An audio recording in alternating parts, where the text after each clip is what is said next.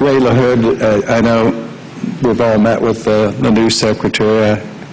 Asked me what some of the priorities are, and I said, Ray, we've got to get a FAA bill, and we've got to also get an FAA administrator. It's absolutely incomprehensible that we haven't had an FAA reauthorization since about September of 2007, and now I hear the Senate is looking at an extension that might go into the fall. That's totally unacceptable. So I pledge with Mr. Oberstar to work to pass comprehensive FAA reauthorization, which should have been done in the last 2 years. Trying to deal with an agency, and I chaired aviation for 6 years, and we did some very good things. It's difficult enough when you have an administrator or chief executive of an agency in place. It's difficult, if not impossible, when you don't have one, or you have one acting who's being held hostage for political reasons, which is totally unacceptable. This bill could and should be conferenced, and we could do it in 2 hours. There's no reason that shouldn't have been done. First, and we know what one of the big elephants in the room is the NATCA provisions. And I think we have to be fair to the men and women who serve us as air traffic controllers.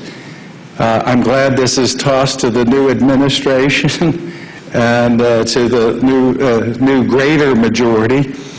I just would counsel them, if you unleash a dam, and again, I think that they're entitled to some compensation and additional compensation, particularly new entrants. And I did everything I could to bring parties together for the last 2 years to resolve that issue, but that has to be resolved. That is the 2-ton elephant in the room. I have no problem with the provisions for compulsory arbitration, and I would hope to the good Lord that we never again bring to Congress the personnel and salary issues of any of our agencies at that level, and then put every member of Congress in the middle of a ping-pong contest to resolve it. It's horrible, and I think we have a solution. We need to adopt that. And that is a big, serious issue that you all have got to resolve, and I'll be glad to sit down at any time and get that behind us. The financing issue is another big elephant, and that does need to be resolved. I think Mr. Oberstar and I came to some conclusions, and I hope we don't have to revisit that too much. Finally, there are, and I've been quoted in the press saying there are some half-baked proposals in here that need to come out. Everybody knows what they are. I don't want to go over all of them. They'll hurt our airliners, the airline industry, which is already on its third, I was going to say its second time on its knees. It's third, but we don't want them down and out for the count. And we've got to have some reasonable provisions, whether it's the